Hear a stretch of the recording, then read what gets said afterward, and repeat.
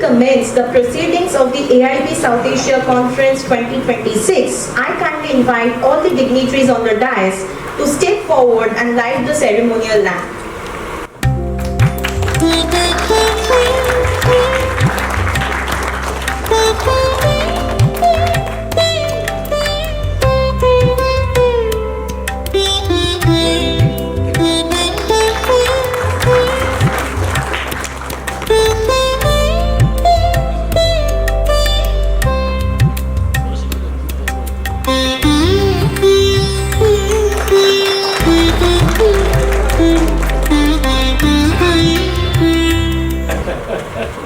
All the dignitaries for formally inaugurating the AIB South Asia Conference 2026 by lighting the ceremonial lamp.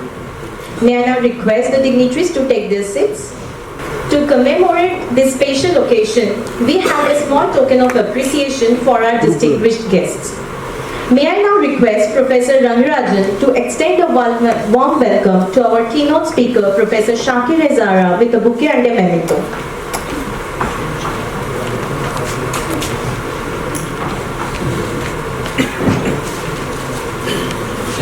Professor S. Raghunath, Chair AIB South Asia Chapter, Executive Board with a bouquet and a memento.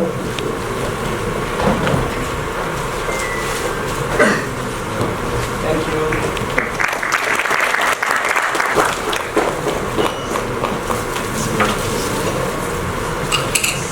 Now I would request Professor Rangarajan to kindly present a bouquet and a memento to our Vice-Chancellor, Professor Rakesh Mohan Joshi.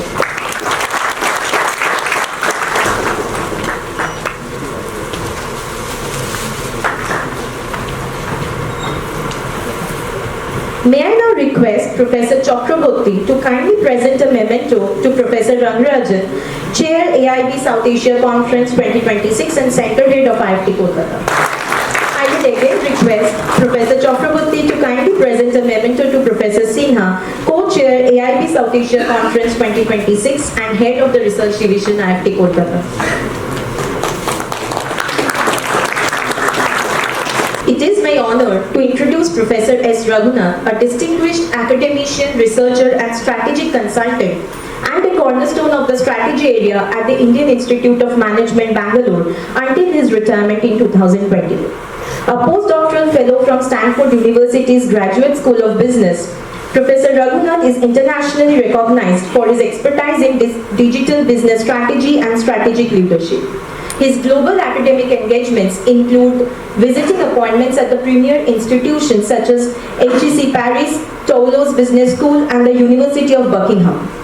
At IIM Bangalore, he held several key leadership roles including Dean of Administration, Chairperson of NSRCEL and the Chairperson of the Center for Corporate Governance and Citizenship, making significant contributions to institutional development and entrepreneurship.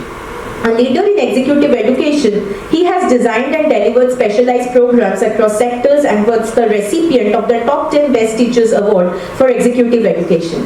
Beyond academia, Professor Raghunath has served as an independent director on the boards of leading public sector banks, advised CEOs of global multinational corporations, and currently serves as the chairman of the South Asia Board of the Academy of International Business. Sir, we are honored to have you with us today. May I now invite you to deliver the welcome address.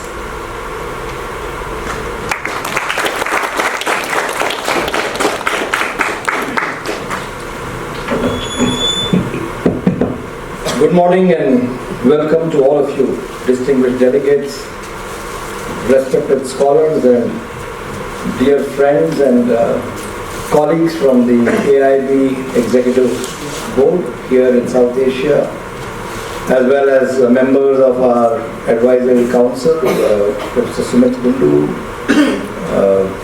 and Professor Elizabeth Rose, who has been around with us for the longest time, and a very big hand to all of them, including our hosts in IIFT.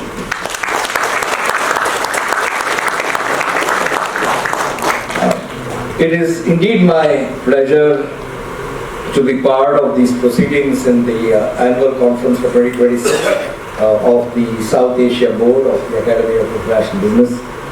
But before I say anything about what we are going to do, I would like to acknowledge the host institution, the Indian Institute of Foreign Trade, for hosting this conference and partnering with us in this quest for knowledge and leadership in the area of thought-provoking research. I would like to say a few things about the Indian Institute of Foreign Trade. Indian Institute of Foreign Trade is one of the finest institutes of higher learning in South Asia. It is very well known for its intellectual rigor, its institutional aspiration, and its openness to ideas from the world, for which I think we must give them a very big hand. Let me begin by asking a very, very simple question. Now that we are all very interested in, I think this podium is kind of biased towards people who are on the other side and not towards you guys who are sitting on almost behind me. So, is that okay now? You are not looking at my posterior but at my front, right? So, thank you so much. So I wanted to say that if we are looking at international business scholarship over the years, it has always been predicated by a world which believed in global integration, which believed in technological optimism, which had relatively very well accepted institutional norms and standards. That is not a world that we exist in anymore. Here is a world where intelligence is increasingly artificial, where borders, physical borders of countries have become increasingly consequential. Just look at this advent of humanity, which does great progress in artificial intelligence, but has very minimal common sense in including everybody in this world. Right? So that's a very different thing that we are facing.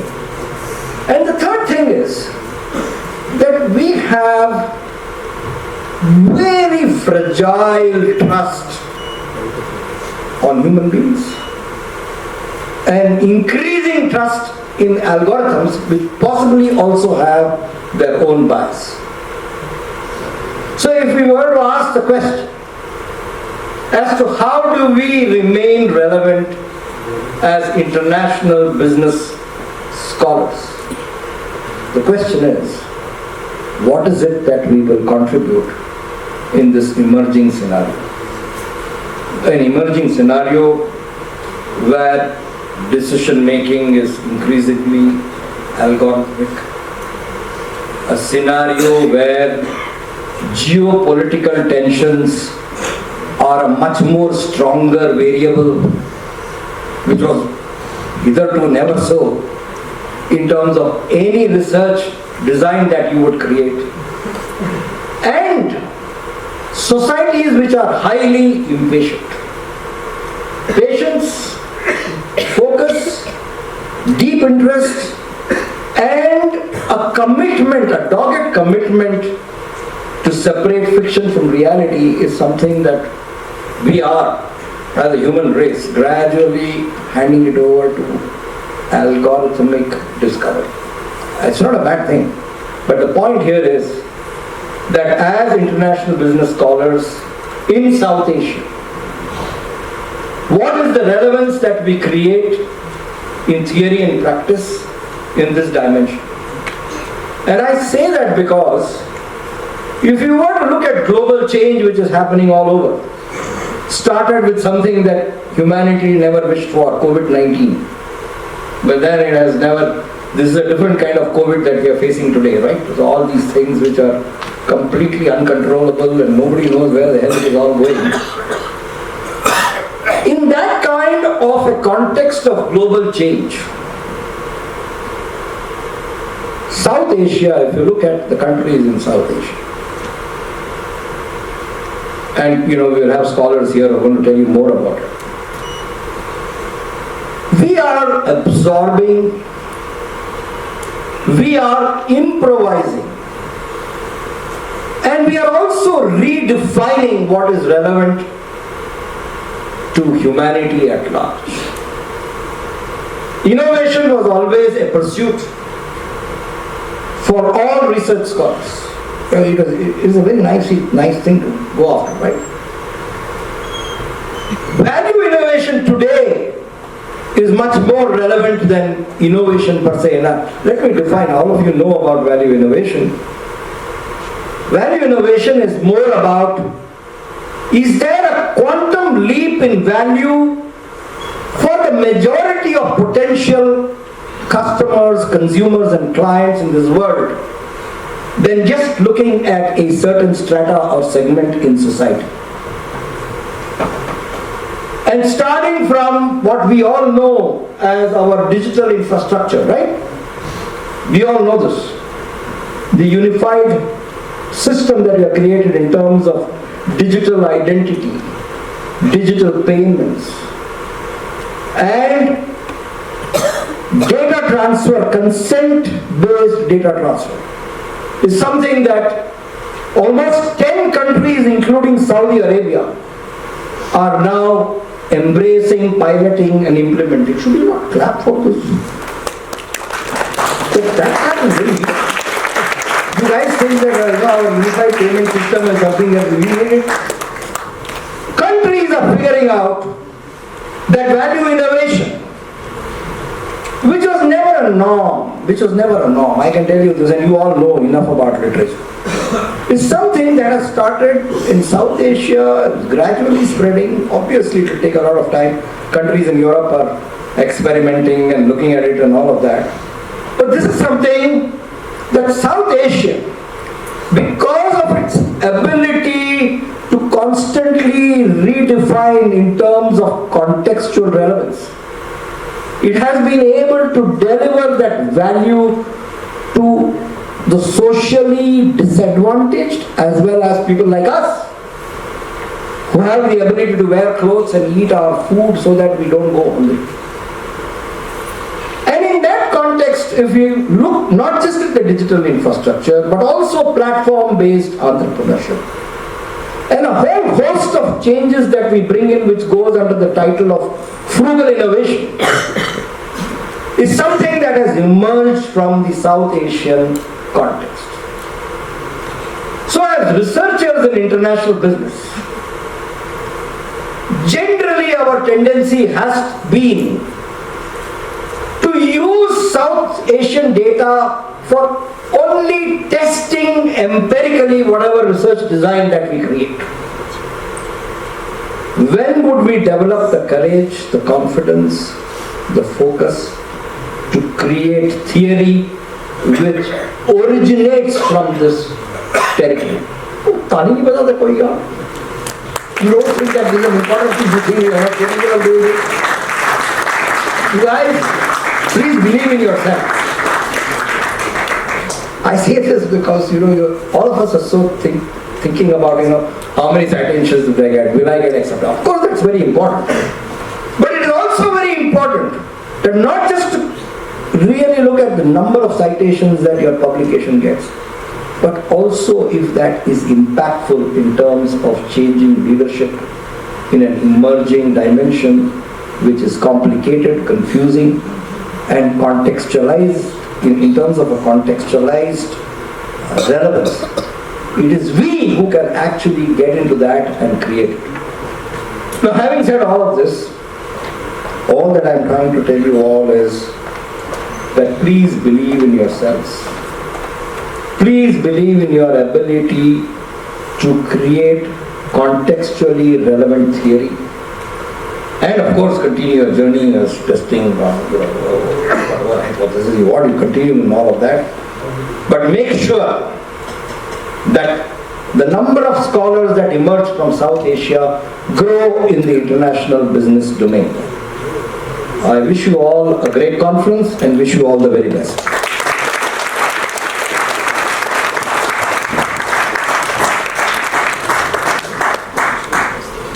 Thank you, sir, for your warm welcome and your discussions on how world is evolving with AI, and in such scenario, research scholars must learn to survive by adding their valuable innovations and for setting the tone for the conference. Now it is my privilege to introduce Professor K. Rangarajan, Professor of Strategy at the Indian Institute of Foreign Trade and Head of the Kolkata Campus. With over 3 decades of experience spanning academia, consultancy and industry, Professor Rangarajan has been teaching international business strategy to postgraduate students, working executives and policymakers, and has also conducted faculty development programs under the aegis of the Strategic Management Forum. He is the founder head of the Center for MSME Studies at IIFT, a university medalist, and hold a doctoral degree in the area of his specialization.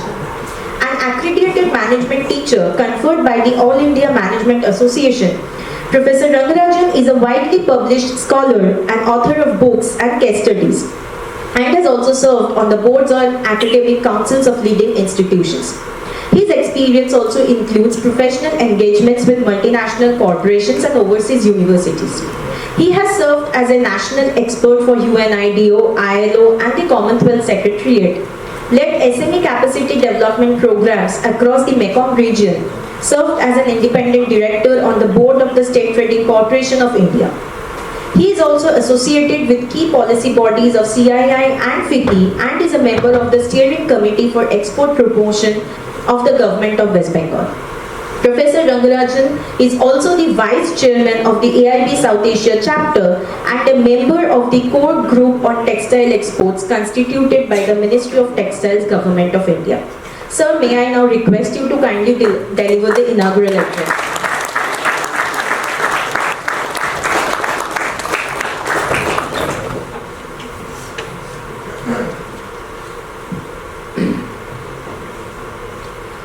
Lakshminada Samarambham Nadayami Hamana Madhyamam Asmatacharya Paryantam Vande Guru Paramparam. Salutations to all the gurus in the research conference, and very good morning to all of you.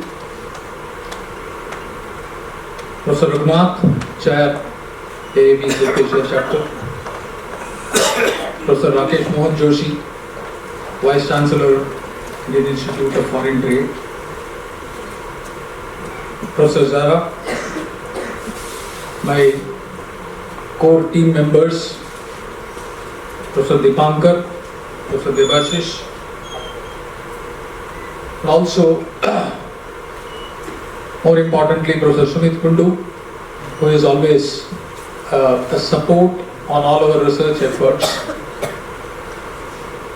and the other members who are present over here, the members of the Board of AIB South Asia chapter, the participants, the delegates who are going to present. Our association with Academy of International Business, South Asia chapter, even it was not, when South Asia chapter was not there, we started our journey with Academy of International Business somewhere in mid-2000s. That's where first we hosted AIB. I think it is in Shimla we did the first conference. And after that we hosted the workshop in Calcutta before COVID, the research workshop which we used to do, and now we got the opportunity to host this conference in Kolkata campus. In fact, to be in research, this is the most opportune time, what I feel. To be a researcher, this is the most opportune time.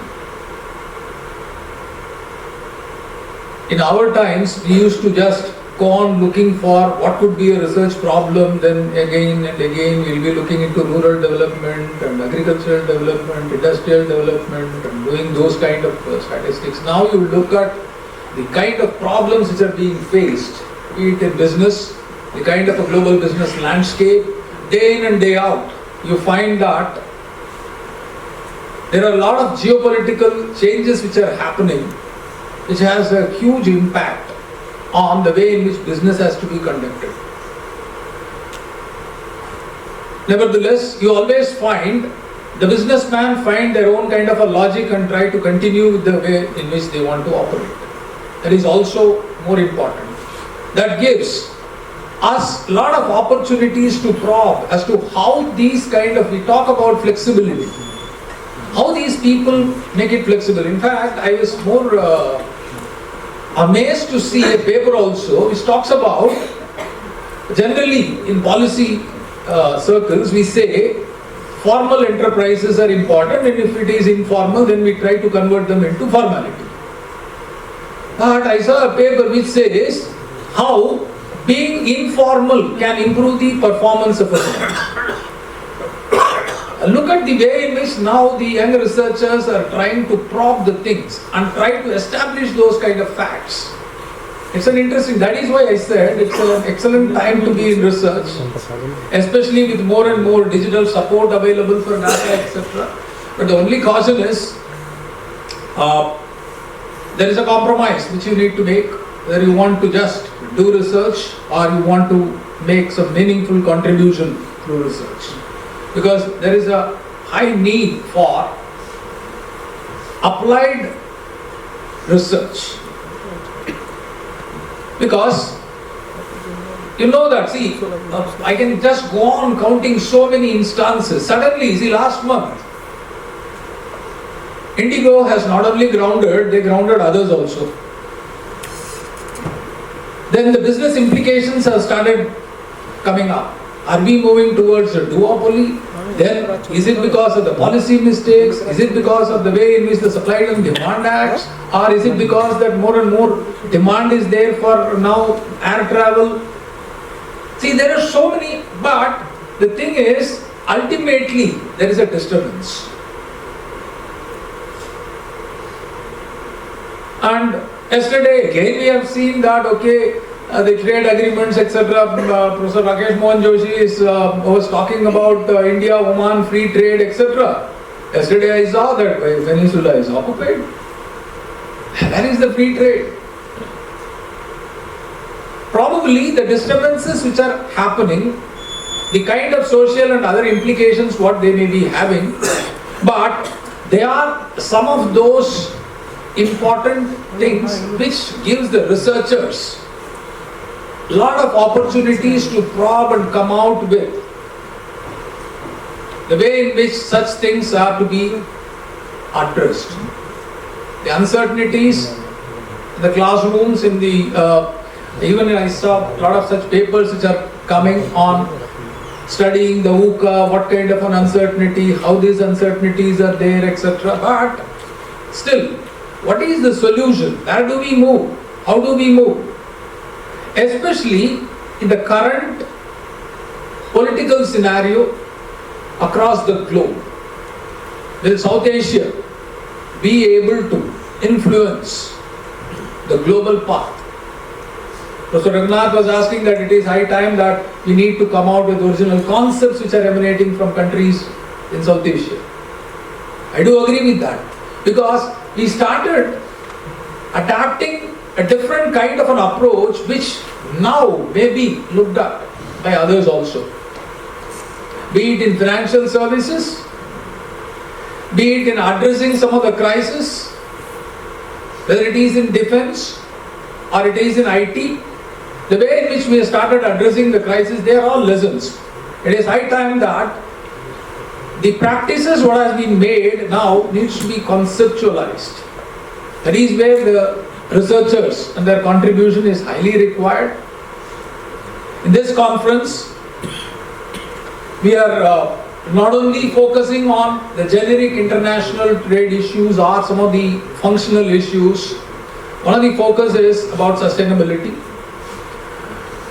Sustainability has now become the buzzword. Everyone is now looking into sustainability.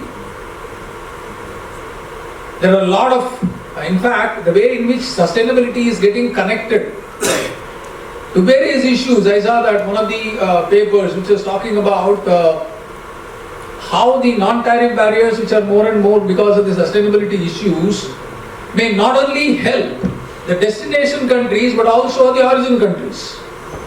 They have established this in the papers.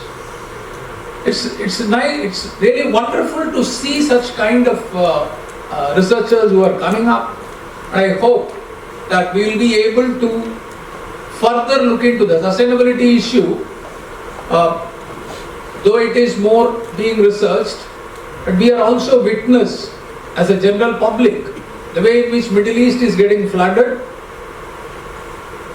Now the other day I was told that North India has not received that kind of a rainfall which is required during a winter, probably, which may be impacting the wheat production. Is it because of climate change? Is that climate change is going to now change the direction of not only the cropping pattern, etc., but also the trade flows? There are a lot of such issues which are coming up, of course. The young researchers now need to get into those kind of critical thinking, and probably I think that will be helpful. And platforms like this always are there. So IIFT as an institution is always there to encourage such researchers through platforms like AIB, so that you may be able to share and network with the other researchers to understand the contemporary thinking, what is going on in this area. I hope the researchers over here will be able to take full advantage of that, and I wish all the best to this conference in the next few days. You may be able to deliberate on some of the things. And one more thing, for the first time, I'm very happy that with the trigger by Professor Elizabeth, we were able to even come out with a panel which is majorly for women. Women at the workplace, women in international business.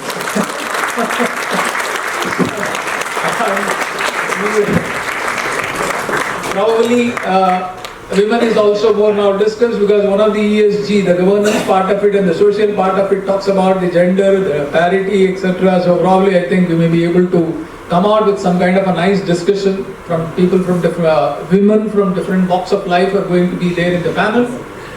And that is, I am very happy that it is happening in this conference for the first time from this conference onwards. I hope it will grow further with the thinking by Professor Elizabeth.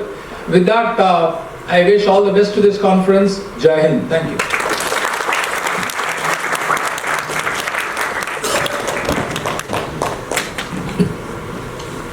Thank you, sir, for your inspiring and insightful address on how researchers nowadays need to contribute a lot of valuable work in research world for business in the changing geopolitical scenario. Now, I have the honor of introducing Professor Rakesh Mohan Joshi, Honorable Vice-Chancellor of Indian Institute IIFT, the University of Rajasthan, and the National Dairy Research Institute, and is also a recipient of IIFT's prestigious gold medal. He is the author of the widely acclaimed textbooks International Marketing and International Business, published by Oxford University Press, and has also served as editor of the IIFT's flagship journal, Foreign Trade Review. Professor Joshi has led several policy-relevant research studies, worked with global institutions such as the World Bank, Asian Development Bank, and UNCTAD, and conducted extensive training programs for senior government officials and diplomats in India and abroad. A recipient of the Atal Bihari Vajpayee Award for lifetime contribution to economic research and policy, he is a highly respected thought leader and sought-after speaker at national and international forums. Sir, we are privileged to have you with us today. May I now request you to kindly deliver the conference address. Thank you so much.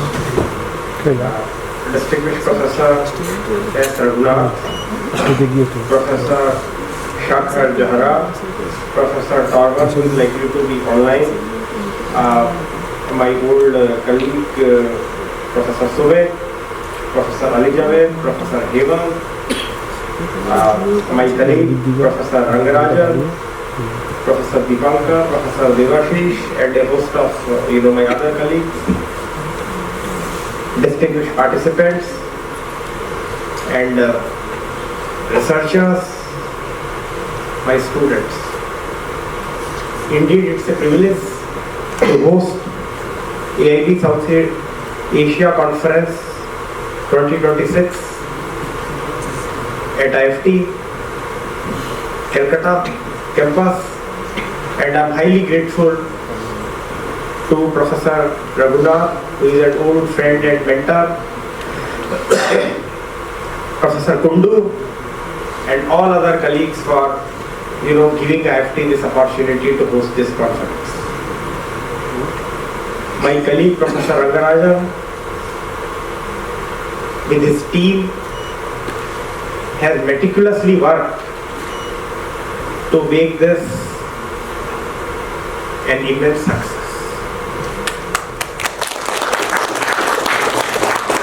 Professor Raghunath was reminding you again and again to clap, but you don't clap. There has been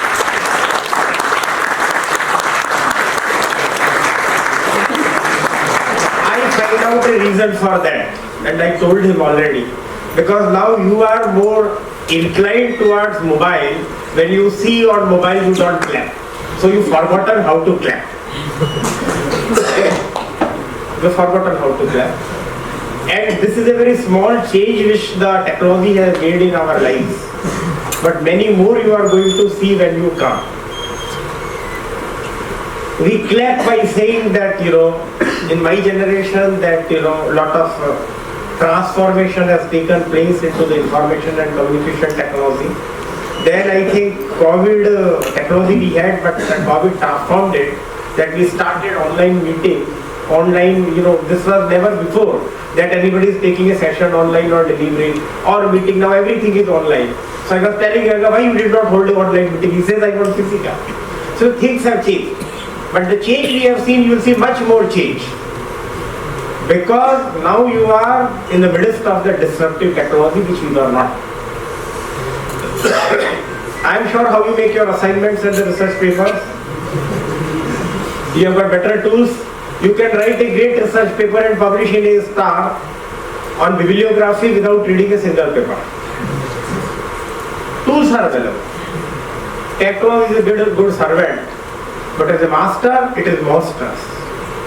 And the monster is right at your door. The topic,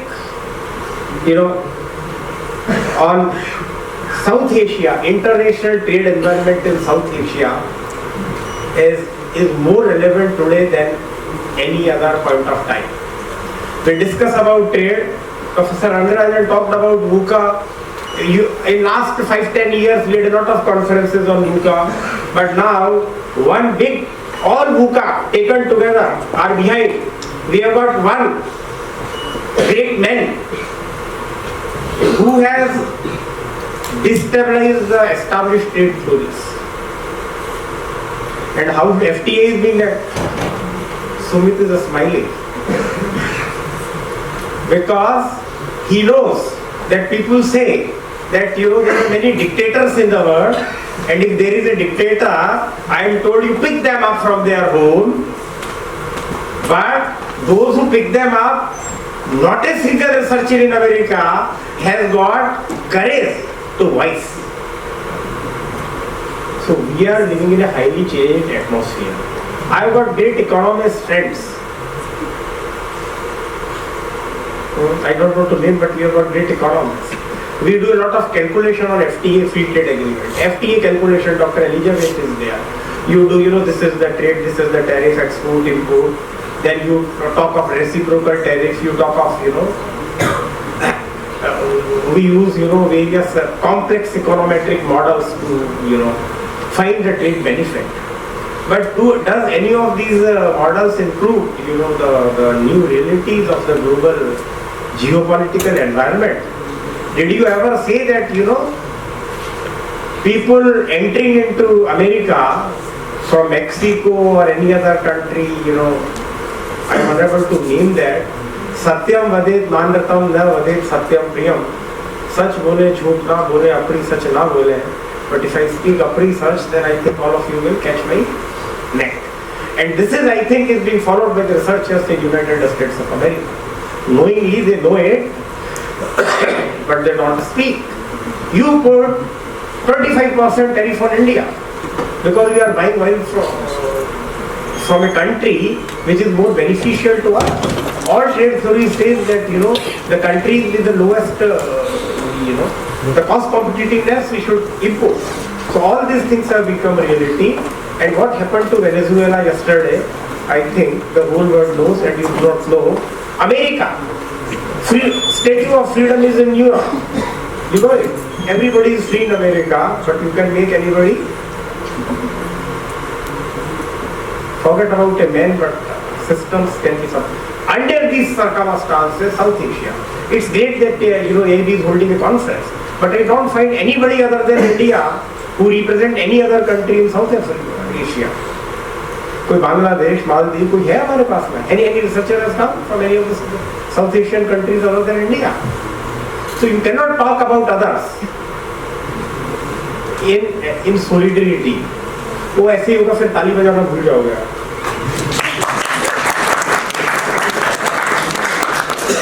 Incidentally, I had an opportunity to work in Bangladesh for government of Bangladesh.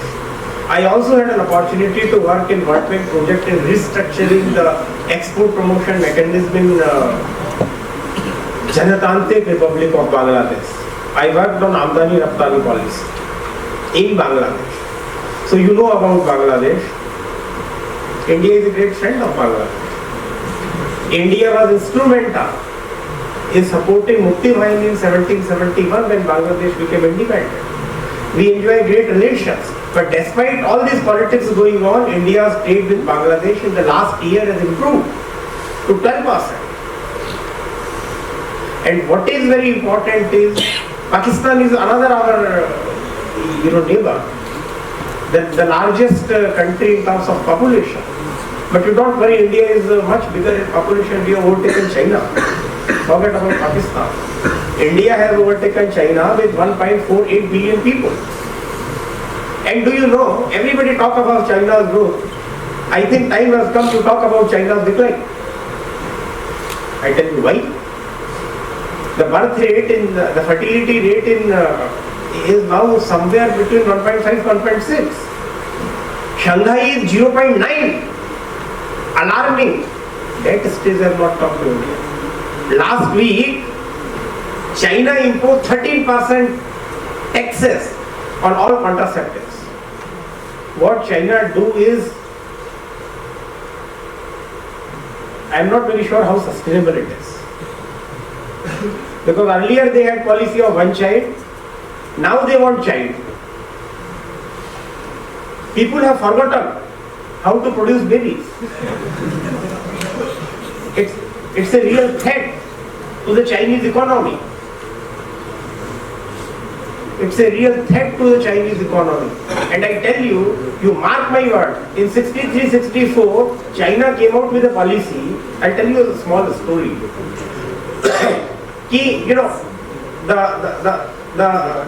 The famine in China, the shortage of the food grain in China is because of the birds. All these birds eat up food grains. So hua kya? They came out with a plan that if you kill a bird, we'll give you, some X amount of money, a fraction of yuan. So people started killing birds. Now you can test the professor on Google. They started killing birds. And I will not like to quote, but you can find it out. No birds were killed and people got money. And then a lot of birds also got killed in the meantime. And the result was, these birds were very important as a symbiotic relationship with those, the insects they used to eat. So they did not eat the insect and there was a bigger famine in China. So you brought out a policy of one child, now there is no child. Now, the big challenge is how to get child and how to make people, relearn how to produce babies. But it will happen not that. When it comes to trade, India historically has been a great trade destination. As you are aware, now to South Asia, the new boundaries have come earlier. But historically, all these places were, part of a bigger India. And please understand, the people in present day Bangladesh was famous for textile and it is still famous for textile. Because people know how to produce textile. They have integrated techniques. I think 5th, 6th BC, I'm talking of BC, America did not exist. We are Indian, we are native Indian. Indian means those who are native of the place. In America, nobody is native. Everybody is imported. Everybody is immigrant. Somebody immigrated 5 years before, somebody is immigrating now. Who are immigrating now? You say you are outsider. If they come, then 50% tax, extra tax. Those immigrated 300 years before, they say that this is our country. But India, a small place in Madurai, you find they have excavated that you find the Roman and the Greek currencies we were trading. Great trading nation. Southeast Asia, Singapore, Malaysia, Indonesia, Japan, China. India was trading. And it is India's state that the Indian religions, Hindus, Buddhists, they went to Southeast Asia. You go to Bangkok, the biggest statue is Samudra Manthan. You go to Indonesia, the biggest revenue earner in service industry is Ramayana. In each of the temple, India is amazing. But the people don't do it. I am happy that you relearn. You are required to be sent to China so as to teach them how to increase the population. Now, there is a small place in Karnataka called Vijayanagara. Now, it was a thriving trading place, and the British authors have written that gold, silver and jewelry were traded like vegetable is traded today. And it was in 1565, 23rd of January, in 3 days war the whole, the entire thing got destroyed. And the entire civilization of Hampi remained underground for 250, 300 years, till it was rediscovered in 1800. India is a great trading nation. And if you see the history of trade, it was much richer. It was much richer in the Britain that time. The city of Hampi was richer than city of London. Even some of the British authors have written the city of Angkor 400 years before was much richer than the city of London and much bigger. So India is a big trading nation. When it comes to South Asia,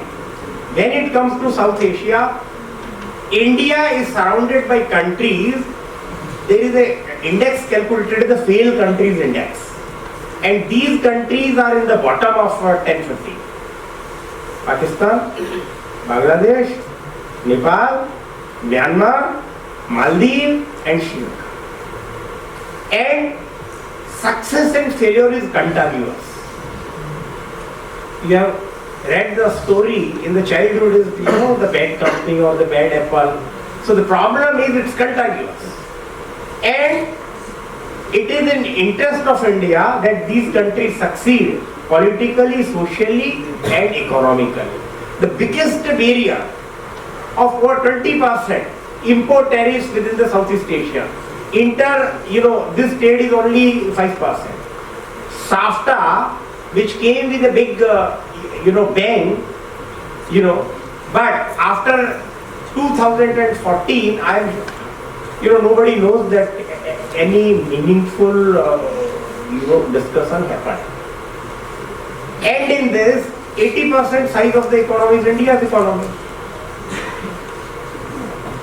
So, what is very important is that these countries trade with each other, and India can provide. Professor Raghunath has picked up the single important factor in India's growth, which people are missing, is innovation. India has got every innovation. He talked about the digital public infrastructure. Internet rate in India is the cheapest, cheaper than the United States of America or most any other country. India taught people to scan and make payment. We make, the companies like the digital transaction companies, through which the transaction used to pass completely in the hands. The most other countries, including the countries like Saudi Arabia, are adapting it, low cost. And this enables each one of us, the traders, the business people, the researchers, to leverage upon it. India is a country which has brought out the people out of the poverty faster than any other country. India's infrastructure development is an envy for the whole world. Our turnaround time in our ports is better or equal than most other countries. You just see the logistics, the improvement that we have done. And still the World Bank data says that logistics is difficult. There are problems. There are problems. India is a big country. India is not Singapore. Singapore is less than the size of a colony in Calcutta. Check kar lo. 3 million people, 3.5 million people. India, when you talk of English, India has got, 3 to 4 times more English speakers than America has got. 1.48% population, 20% is speaking, 20 to 25. How much is 25 crore people, I am telling you. India is amazing.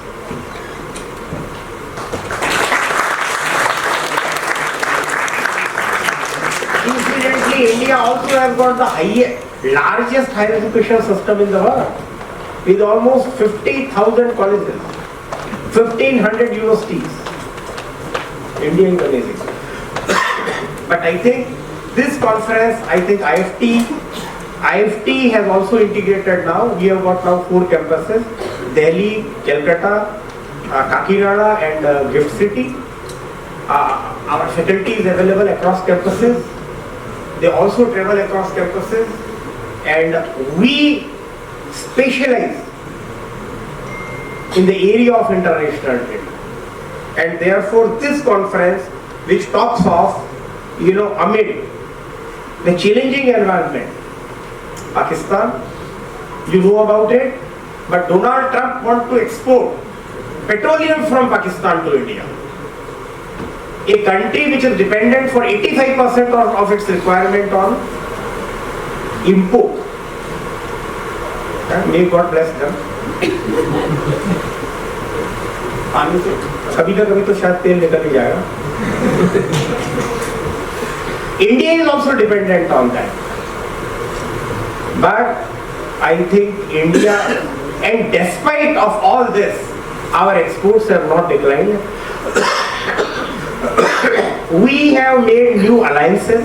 We have signed FTAs with Oman. We signed FTA with UK. We signed FTA with New Zealand. So we are, however small, but we are making alliances, newer alliances. Indian economy growth is 8.2, 8.1. We are the fastest growing large economy in the world even now. While I think the researchers in America says that India is a dead economy, I completely doubt their competence.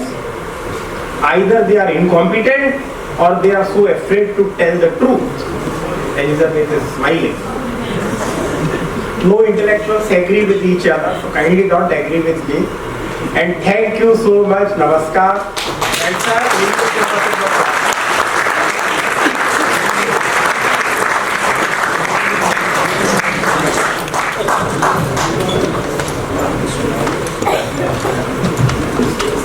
Thank you, sir, for your encouraging and thought-provoking words on how technology is changing the environment and on how international trade in South Asia is more relevant now today than any other time.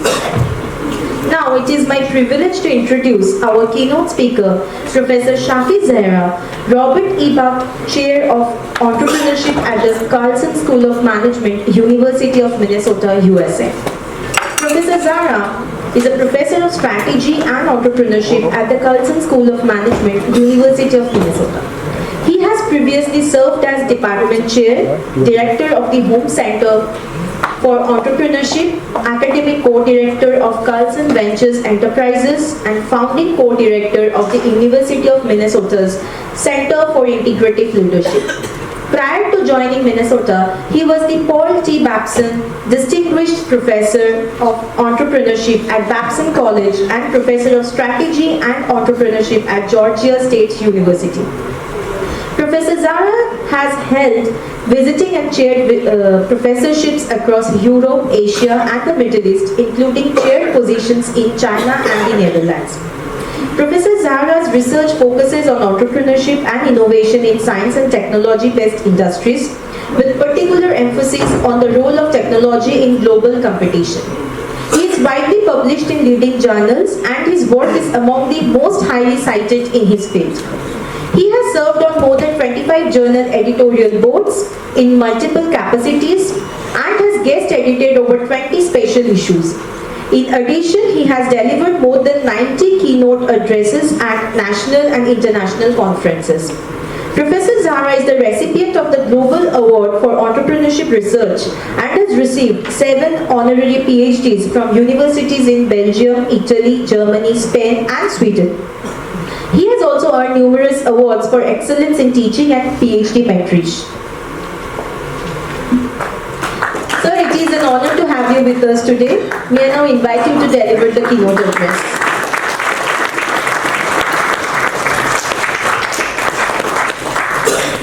It is wonderful to be here today, and you do not have to applaud. These guys need applaud. I do not need applaud. But No more applauding. No more applauding. But actually, I must admit, I agree with the speakers that India is great. Southeast Asia has an incredible, tremendous potential. The question is not the potential. The question is how you change that potential into realization, into actual things. So my doctors in the United States are Indian, my best friends are Indian, the best people I think of in my field are Indian. I ask myself, what will happen to the United States economy if they leave and come back to India? The United States economy will suffer badly. The question on the other side is, if they come to India, what kind of jobs will they have? Will the Indian economy absorb them? Will you guys welcome them back, correct? I assume you would, because they're part of the intellectual life of this country. But that's the issue I think Southeast Asia is having. With the changing world around the continent or subcontinent, there are a lot of opportunities, and the question becomes, where to go from here? So the topic of my presentation is already stored for me, again, about the change in world order. And I think sometimes there is an old TV show called The Twilight Zone, where you wake up and you don't know if you're living fiction or reality, and you actually are caught in your past and you never escape from it. Sometimes when I get up in the morning and I start watching the news, I know I'm in the twilight zone, because the world order that I have known for many, many years, we were able to travel freely, we were able to study abroad, we were able to connect and communicate, we were able to trade. All of this is coming to bad, ugly end in some cases. So the new world order, of course, is, as we all know, many rivalries, a lot of trade, tariffs. I remember from my economics classes in Egypt. I grew up in Egypt. I studied my undergraduate degree in Egypt. The professor told me to mention that tariffs do not work, but the United States has imposed tariffs on 60 countries and more are coming. Protectionism, but one of the biggest problems now is techno-globalism, where countries are trying to hide technology from each other, they are trying to sabotage each other's technologies, and we have seen the United States and China in particular engaged in this, and that's actually going to stifle innovation. The professors talked about India needing innovation. Innovation thrives on mobility of people, mobility of ideas, mobility of capital, because that's what creates opportunities for innovation, not only in terms of creation of innovation, but exploitation and commercialization of technologies, and turning these innovations into businesses that improve the quality of life for society. The professor was quite right about the value innovation is the innovation that actually improves the lot of many, but not only the few. And that's what innovation is all about. And that's what we have seen in the last 25 years. The bigger innovations actually lifted or uplifted millions, in fact billions of people around the globe. I go to China almost every year, and I've been doing that for the last 20 some years. And you see actually the change. You see the uplifting of people because of the technology, because of the technological innovations. I'm sure it's happening in India, it's happening in many other countries, as the professors have spoken. And one of the biggest changes that has taken place or is taken place because of the rivalries, as we all know, is the change in supply chain. And actually that creates a lot of tensions for some countries, but for Southeast Asia and India in particular, I think there is a lot of opportunities there, because now there is this movement, China plus one, meaning that every company is trying to find another source of supplies besides traditional market suppliers in China. But for this to materialize, to take to gain the benefits that arise from this, obviously there is a need to spend more time in educating the labor force and preparing them for the new market, adoption of new innovative models, not only in terms of process innovation, product innovation, but in terms of administrative structures, and of course the shift into green manufacturing. The professors talked about sustainability. Sustainability is a big issue, especially for not only this region, but many of the emerging economies, because that's where they can bypass the old catch-up and they can leapfrog the competition. They can leapfrog the well-established economies in doing this. And they do have a lot of incentives to do this, to preserve the resources, to improve the quality of life, to create jobs, and so on. So, of course, the changes that I've just mentioned actually could have some negative effects in terms of the region, especially South Asia. There is already some evidence that there is some decline overall. India is doing well, as the two professors have mentioned. Everybody loves India here today, correct? We all love India, so we're not going to change that. But there is a little bit of slower growth, and that's expected to continue for the next couple of years. Again, part of it is because of the tariffs, the shift in relationships, the lack of trust. There are increased costs in terms of operations, which will make some of these countries even less competitive than before. And there is always the big concern about the increased risk. Increased risk not only about doing business, but also attracting foreign direct investment. The region does not do as well in attracting foreign direct investment, which is a source of ideas, capital, and so on, and innovation, and that can actually stimulate growth. So it's a kind of vicious cycle. When you close the door, you don't have a lot of ideas, you don't have money, you don't have all of this, and that can stifle innovation, and that can perpetuate lack of growth. The Southeast, one of the things that when I started to put my slides together, one of the things that really surprised me about Southeast Asia, it has all of the good things that you need. It is the best producer of intellectual capital. All you have to do is to look into the journals. Most of the journals, articles are written by Indians, correct? And I ask myself, why are they living abroad, correct? But that's one of the key things. No offense intended, I live abroad too, and these are my friends. And these are the kind of discussions my friends and I have, correct? They do bring money to the country. They bring connectivity is a big concern, which makes investments in the region kind of shaky, correct? There are weak institutions. Again, there are theories about the role of institutions in economic development, and we have some new theories that say, well, actually informality is a good thing because it allows people to take the risk. You bypass the cost of bureaucracy and all of this stuff. So again, informality, again, in terms of the sector, again, it makes it difficult to plan ahead and coordinate the economy. Even though this region, especially India, has spent a lot of money in infrastructure development, there are structural gaps and skill gaps that make difficult for the country and the region to capitalize on the opportunities opened by the changes in global marketplace. So despite the major progress that has been done, then if you look into some of the statistics, you can get a different idea about how the region is doing internationally. So let me show some slides, and you can, I'm sure you know all of this, but I just sometimes when you look into the slides, when you're sitting down, it's different from when you're writing your paper for the reviewers. So this is a comparison between Southeast Asia and different regions, and in terms of economic development measured by GDP improvement and so on. It doesn't really matter how you measure it, you'll find that the region still lags. Again, some countries like India are doing much better, others are not. Nepal, for example, Bangladesh remain really stagnant.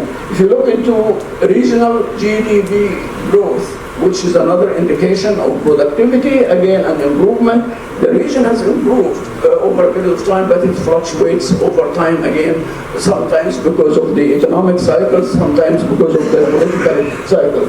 If you look into technological capability, and that's from the World Bank, and they use multiple measures in terms of the investment in new technology, adoption of new technology and operations, and so on, the region seems to lag. Again, India is always the exception that stands out in the region, and that's something we all need to acknowledge.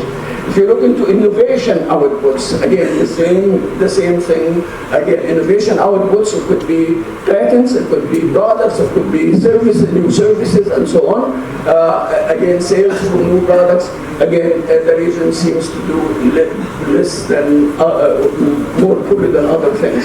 In terms of labor productivity, which is another key indicator in terms of how the economy is doing and what's driving progress, again, there is some improvement, it's better than some other regions, but again, it fluctuates. Part of this is actually because of the global economy opened up all of these opportunities, and these countries were trying to capitalize on this, and they invested in new technology, adopted new technology, improved, and especially in India, investment in STEM kind of education and so on, that has really improved quite a bit. If you look into institutions stability, I already talked about this a couple of times. Actually, by any measure, it looks like that's one of the big problems in comparison to other sectors. In institutional stability, it helps you in terms of attracting capital, attracting foreign investment, building relationships, also sustained attention to economic goals, and so on. In terms of, here's something that I thought was really interesting in terms of spending on military as part of the GDP, which goes hand in hand with actually political instability. It's quite high relative to some other regions, and again, we know about the regional tensions that have been with us for a while. So, South Asia in general, especially India, has made major strides and moving away from, and they have done this by moving away actually from the Western style economic development. Actually, I think part of the reason is that they have learned quite a bit from watching Southeast Asian countries. I'll talk about this briefly in a second. They have seen Japan come to prominence, Korea, Singapore, even Taiwan, and China. Each one of them had their own kind of mix of policies and different this and that, but they actually have one thing in common. They realize that traditional economic theory does not always work, especially in the Asian context, and you need actually to contextualize your development plan and kind of build around your own skill base and so on. So the traditional model, this is Roscoe's old model, I actually studied this many years ago. It's kind of a ladder approach. You need to invest in this and this, and the focus on this is to create surplus, which is capital accumulation, that you invest in new technology, you invest in hiring people, expanding facility, and that allows you to build a capital and so on. And that's traditionally the model, but it requires very strong presence by the state, it requires strong formal institutions, it requires very careful methodical planning, and does not always work very well. I keep moving fast. So if you think about the change that has been happening in the region for a while, and I think this is really a welcome change, and I think the two professors who are being optimistic about this is because of this. We're seeing the traditional model being replaced by a more South Asian model, where a few years ago the focus was on agriculture and so on. Now we're seeing more digital transformation, service-based or led growth, and actually focus more and more sustainability issues and green manufacturing. Again, exporting is a big issue. I have some statistics about this, and actually the region does not do as well in exporting as one would expect given the size of the economies involved. So this is one of the kind of things that we need to think about. So with the new formula, that if you wanted to infer a formula across these regions, The foundations are capability over capital. I'll talk about each one of these. Knowledge accumulation. I think the first speaker here, my friend who invited me, talked a lot about intelligence.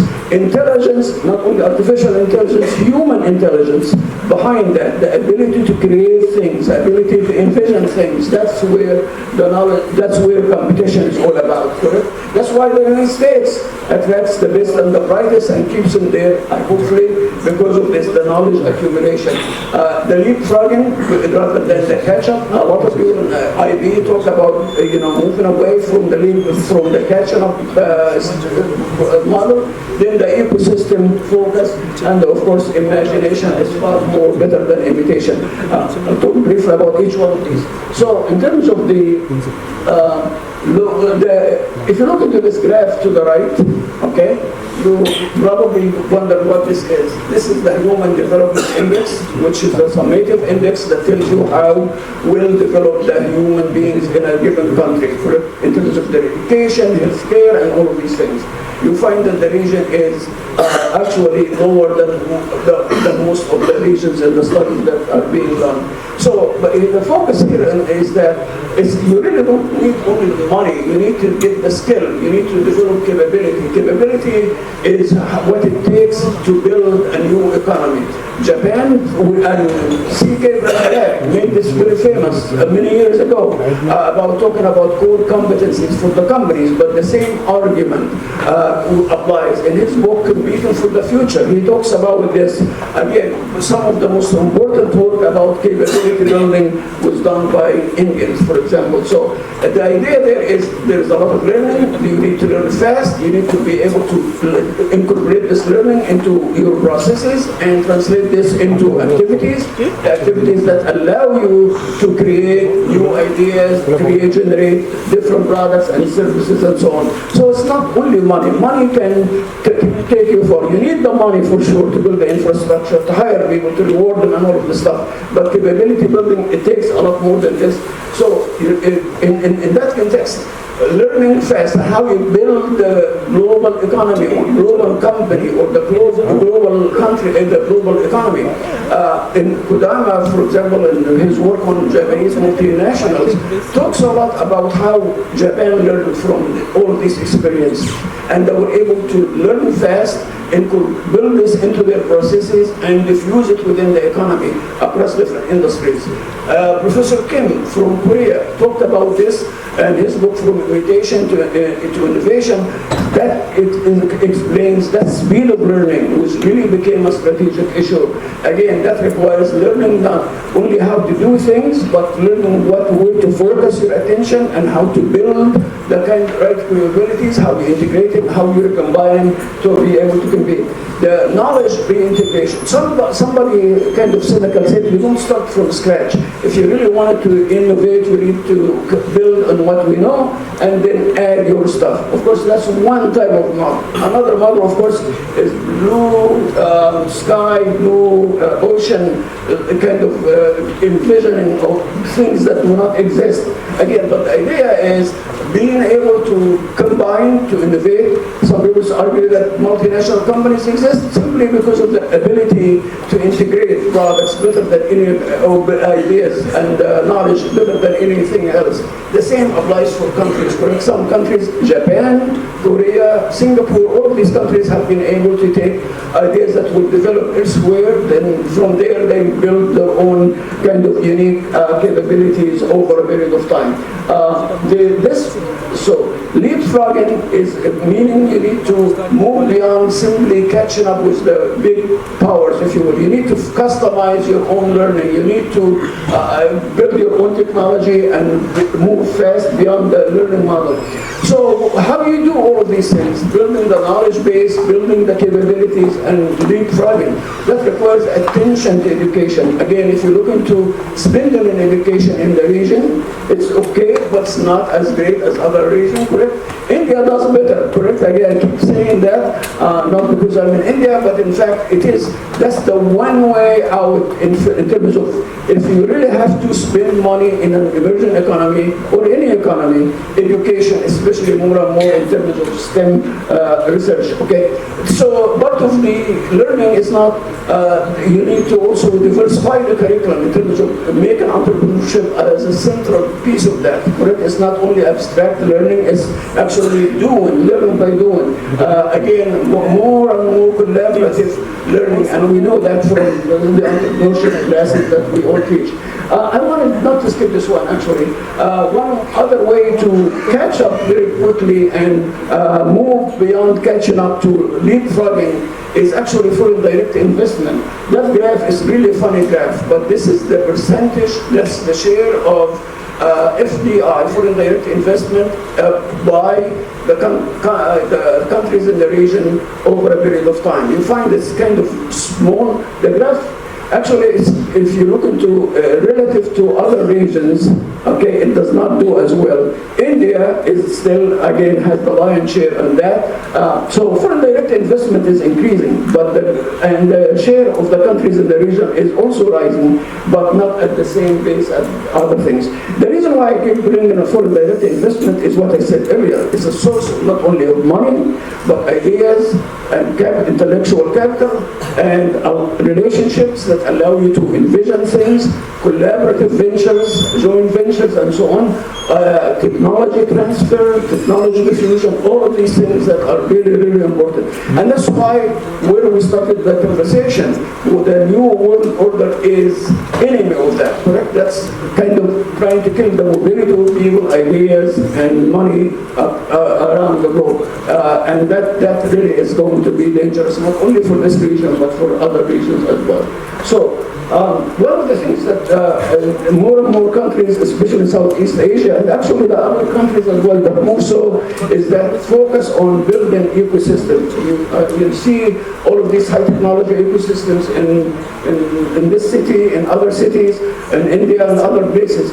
And the idea there is that you want it to become at least a leader or a major contender in one area. That's where you build on the relationships, you want it to foster collaboration, you want it to foster synergy, and you want it to build this recombinative ability that allows you to build new things and move faster. This is very different from the traditional industrial policy where a country like Singapore said, okay, we have one or two industries we're going to focus on, and they did a good job in information technology, but then what? What comes next? Okay, so for Singapore, which is small as we have been reminded, that's a good strategy, but for a country like India of the size of China, it becomes very, very different ball game. So part of this is that there is orchestration, but at the same time there's a lot of autonomy. People are coming up with ideas, innovation, and then becoming much more supportive of their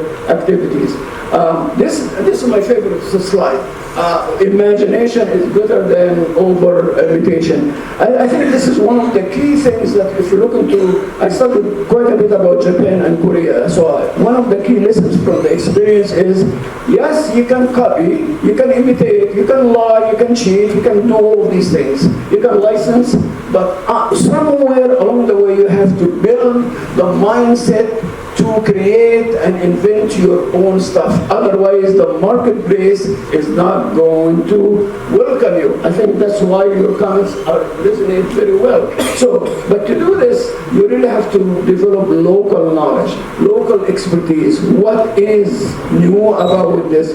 I saw this presentation on YouTube by a Nobel Prize winner. He said, the marketplace does not care who you are. They care about what you have to offer. So if you offer a product that sells, he said, who cares about Taiwan? For example, sorry about if you, hold on, not offending anybody, but they do have this silicon-based little product that everybody wants, and now they're strategically relevant. Okay, Singapore, you know, again, a small little island, and it became, so we really have to learn that Japan and Korea became prominent by moving away from imitation to innovation. I think that's one of the key challenges now. What is uniquely Indian that will be a product, and I think that's where sustainability can be a great, great place for a lot of inventions, a lot of innovations, because you know, there are a lot of different skills already, especially in India, in the country, that you can capitalize on. Okay, This means that there is a need to shift the role of the state from managing the economy to being an entrepreneurial state, like an investor in the future, if you will. Like instead of military, I know I'm a pacifist, so I can say that. Instead of military, spend it in education about entrepreneurship in terms of, again, making all of these connections that you need to do to kind of foster the development of new ideas and bring them to the market. So, in conclusion, this is a roadmap here, a summary. One is that you really need to think about building the strategic, capable, coordinated state. The state should not be the coordinator of the economy, but coordinator of the orchestration of the systems, or ecosystems. You need to kind of develop a focus on knowledge creation, and that means development of human capital in the region. You really need to think about industrial policy as a way of kind of inducing innovation rather than controlling the flow of knowledge, if you will. You need to strengthen the SMEs and global economy and the role in the global economy and entrepreneurial companies and connect them with the larger economies. I have not talked much about this, but I write about this quite a bit.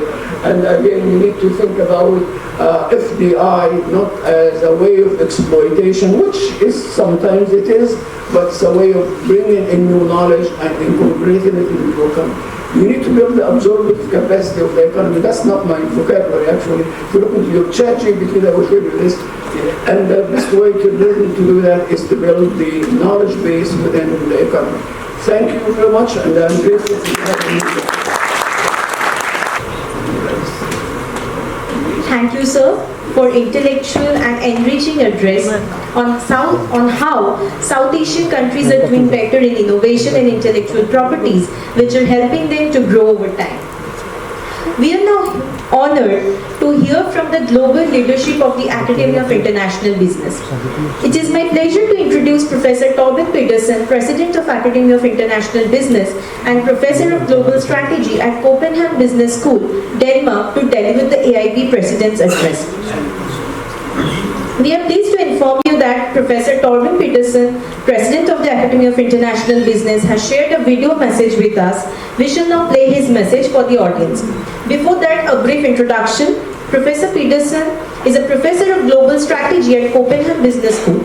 His research interests lie at the intersection of international business and strategy.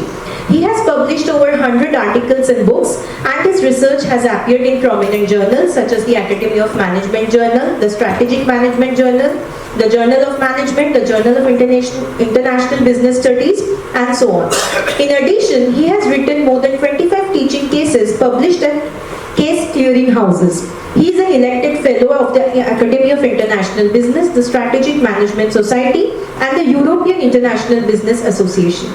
He is the founding editor of Global Strategy Journal and serves on numerous editorial boards. Now I would ask our IT team to play his video.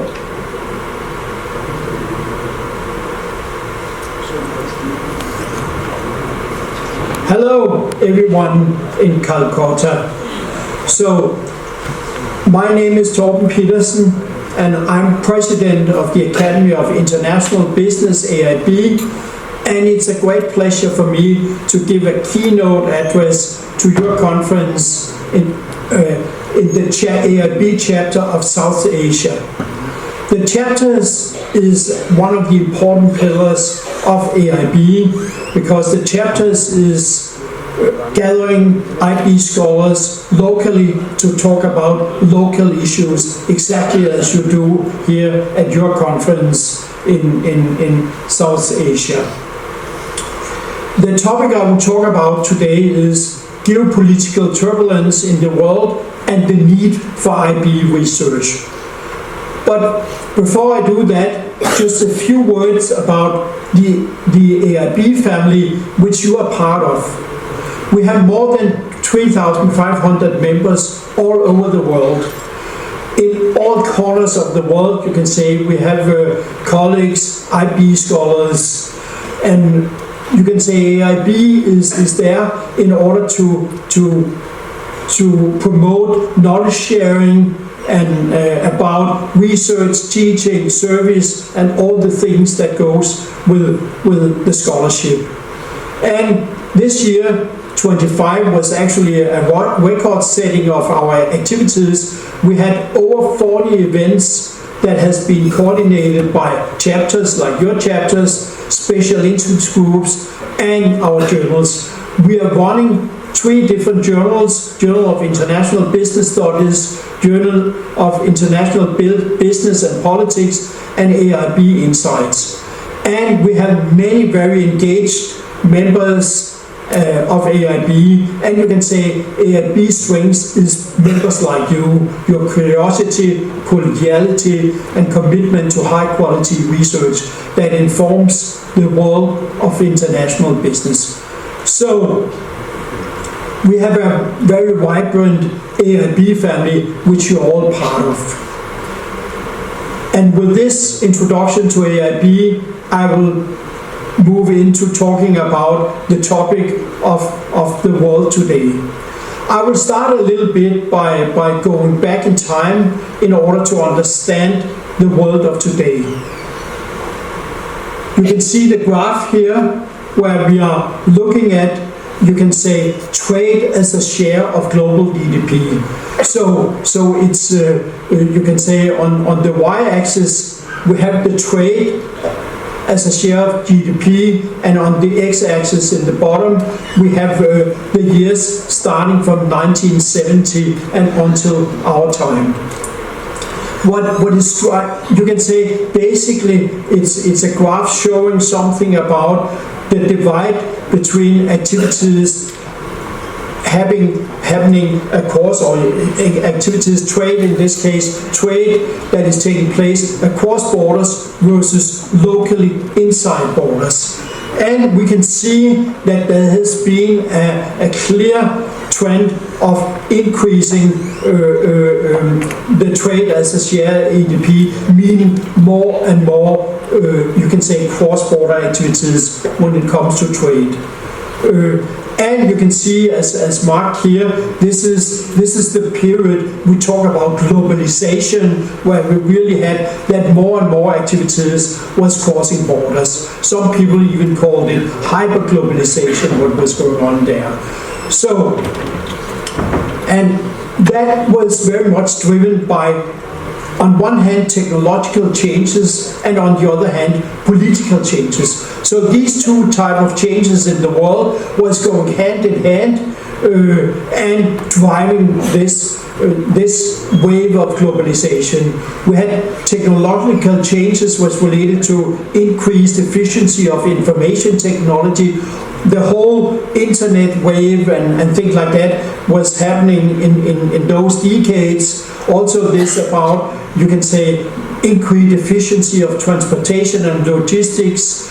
You can say it became much cheaper to send to send goods across the globe, from Asia to Europe, from Asia to North America, and the other way around. You can say with container ships. So phenomenal technological changes in those decades, and that was, you can say, matched with political changes, opening of new markets, China, India, Central and Eastern Europe. Actually, you can say countries that are covering areas covering 2/3 of the population in the world, liberalization of trade and financial flows, like we have seen in Europe. Basically, you can say a lot of the political changes was about establishing rules for cross-border flows, like you had WTO and so forth. There was a common understanding, political understanding, that trade was to the benefit of all of us. It was so-called a win-win, where we could exploit division of labor between the different regions. So that was, you can say some of the important drivers of globalization. But having said that, of course, it was the companies that was actually using the different opportunities that was created by the drivers of technological changes and political changes. So companies like we see here, this is a Boeing, we have here a Boeing airplane where we see all the different parts, how you can say the airplane has been disaggregated into the different parts like the engine, the passenger doors, the software in the plane and so forth. An airplane consists of more than 12,000 different pieces. And what Boeing and other, you can say, airplane makers have done is that they have aggregated and fine sliced the product, and then they have actually placed the production of the different parts of the product in the parts of the world where it's most efficient. So Boeing, like many other companies, have been taking advantage of the opportunities provided by the technical changes and the political changes we saw before. It's not the countries, it's not the politicians that actually that move goods across borders. It's the companies that actually act on the opportunities that has been provided. And here we come back to our graph about the share of trade as a share of global GDP, because as we have seen the part of the globalization, we also see that in the recent years, actually starting a little bit from the financial crisis in 2008, we see that we don't see the constant increase here. We see that the graph becomes more flat and things like that. So the question is now, what is going on now? And you can say, here is another graph showing a little bit of what's going on. This is a graph showing something about, you can say, how companies assess uncertainty, or you might say it's a graph showing that how many times the word uncertainty and similar words are listed in the business press. And what we can see here, there's a general, over these years, there's a general trend that uncertainty becomes higher. The frequency of uncertainty mentioned in the business press is increasing, and also we can see the distance in years between the peaks we see here becomes shorter, so we have more uncertainty and more frequent that big uncertainty events is happening here. So clearly something is changing in the environment with more uncertainty. And you can say, what are these changes? There's actually a number of changes that is happening in the context. You can say one is that we get geopolitical tensions with armed conflicts. We are moving away from this rule-based world I talked about before. So now we are not following the same rules of this and have trade across borders. The rules that was applying before does not apply anymore. You can say there's also increasing pressure for climate change and environmental regulation, where you can say companies, they start to be responsible for both their own behavior, but also behavior that goes beyond the boundaries of their own firm. So they also get responsible for what's going on in their supply chain of when it comes to CSR and environmental behavior and things like that. And we also see significant technological changes and innovation. We see digitalization, we see traceability increasing, blockchain, we see artificial intelligence. And so we actually see a lot of changes, you can say, in the environment of companies in these years.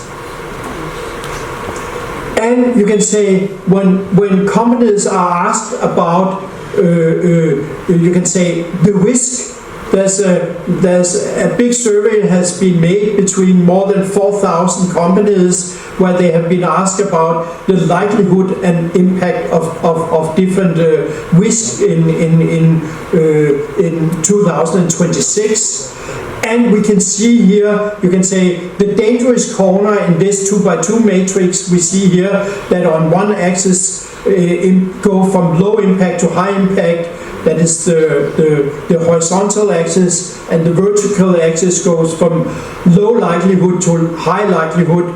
So the dangerous corner is the one in the upper right corner, where you can say you have high impact and high likelihood.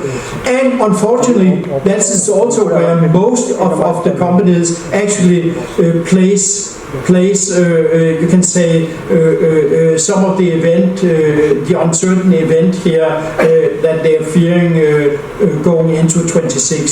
So in that sense, you can say, we clearly have moved from a stable world where with increasing globalization to a much more uncertainty world where there's many potential disruptions. Disruptions might come from the geopolitical situation, it might come from natural catastrophes because of global warming, it might come from cyber attacks and things like that, or it might even be, as we have seen, that there's wars going on in different parts of the world. So many potential disruptions that is affecting companies. So the focus has moved, and they focus much more on resilience and things like that than before. So what is companies actually doing here? So one of the things we can see with the trade pattern, here is two different graphs. One that look at the first one at the left side, look at the geographical distance of trade, so to say. So it looks at how far is different trade traveling. So how far is trade traveling from when it's produced until it reaches the customers in the other end. That's the geographical distance on the left side. On the right side, we look at the geopolitical distance that trade is traveling. And when we say geopolitical distance, it is, we measure bilaterally what is the distance between two countries. And we do that by looking at how two countries are voting in the United Nations. Those countries that are voting more similar in United Nations they have a short geographical distance, while those countries that vote very differently has a large geographical distance. So what we see if we start by the geographical distance, which we look at over some years, and you can say it's actually the gray area that are the more interesting part, the latter part of the graph there, that say something about what has happened, you can say, let's say in the last 7 years. And when we look at the geographical distance, it actually has changed quite little. It says that from 2017 until, you can say, the expectation 2024, it has increased only 1%. So basically, the geographical distance that trade has traveled is very, very, very, very constant, not changed very much, which means that we don't see a lot of nearshoring, backshoring, and some of the other things that we have talked about. Of course, there's some of that going on, but it's not a huge trend, because we can see on average trade is traveling more or less the same today that it did 7 years ago. If we, on the other hand, look at the graph on the right side about the geopolitical distance, we can actually see, and we again look at the gray area here, which is the last 7 years, we can see bigger changes. We can actually see that it has gone down 7% here. So we see that while the geographical distance has not changed so much, the geopolitical distance has changed. So what has happened is that countries have still trade with countries in the same area, but with countries that are a little bit more geopolitically friendly than other countries. So let me mention some example. So, for example, U.S. firms, instead of trading with China, that might where U.S. might have a big geopolitical distance, instead they trade with Vietnam, Malaysia, Indonesia, and those countries that have the same geographic distance but lower geopolitical distance to the United States. And another case is Russia, for example, that was trading much more with Europe before. They're not trading with Europe so much anymore, but they trade with other countries where the geopolitical distance is lower, like China and so forth. So that's the big change. We can see that how companies have actually reacted a little bit to this geopolitical changes we have seen in the world. They are simply moving their activities and their trade to countries that are geopolitically closer. This is what we call friendshoring. So there's friendshoring going on, not so much nearshoring, backshoring, but more friendshoring. So you can say, as I have indicated here, there's many open questions, many questions open for you to study as IB scholars. So are we only seeing the tip of the iceberg here? Will we see more radical changes in the global value chain in the future? Will we see more regionalization, more friendshoring? What will be the response from companies on these changes in the world? And what are the consequences in your region, in the South Asian region? What is obvious here is that we are facing a new world in terms of cross-border activities, but which one we don't know for sure, and that is part of your job to investigate what is coming and how can we advise companies and society here. For sure, we live indeed in turbulent worlds, and you can say it has never been as important to understand the world we live in as it is now, and understand the implication for business and society, which is precisely what international business is about, and which is, you can say, your job also as international business scholars. And with this, I will thank you for listening, and I'm sure you will have a fruitful and great conference in AIB South Asia chapter. Thanks for listening. Thanks to Professor Pedersen for sharing his vision on how in the era of globalization, cross-border trade is increasing due to innovation and technological changes, and also for his continued leadership of the global AIB community. As a part of today's proceedings, we will now release the AIB South Asia Conference to 2026 proceedings.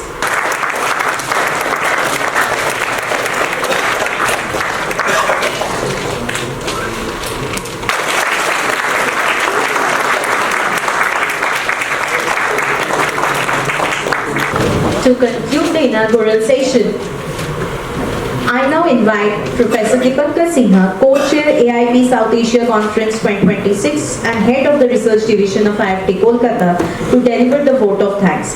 Professor Sinha holds a PhD from Industrial and Systems Engineering, IIT Kharagpur, and currently serves as a professor at the Indian Institute of Foreign Trade. He is the head of the International Trade Operations and Logistics Divisions and also leads the Research Division and the Center for Trade Facilitation at the IIFT Kolkata Campus. With over 2 decades of experience in the port industry and nearly 2 decades in academia, research, training and consultancy, Professor Sinha has made significant contributions to the field of logistics, trade and port operations. He is the holder of 2 patents, author of 3 books and published over 50 research articles in national and international journals. He has received several prestigious awards from the organizations such as the International Association of Ports and Harbours, IIOM Society, IIM Lucknow, AIB and Kolkata Port. Professor Sinha has served as an advisor to multiple national and international bodies including Niti Aayog and the Ministry of Shipping, the Ministry of External Affairs, the Asian Development Bank and major Indian ports. Notably, he served as the G20 Knowledge Partner on Logistics for Trade under the Trade and Investment Working Group of the Government of India. He has also conducted executive training programs in India and abroad and has guided several PhD scholars. Sir, I welcome you to deliver the vote of thanks.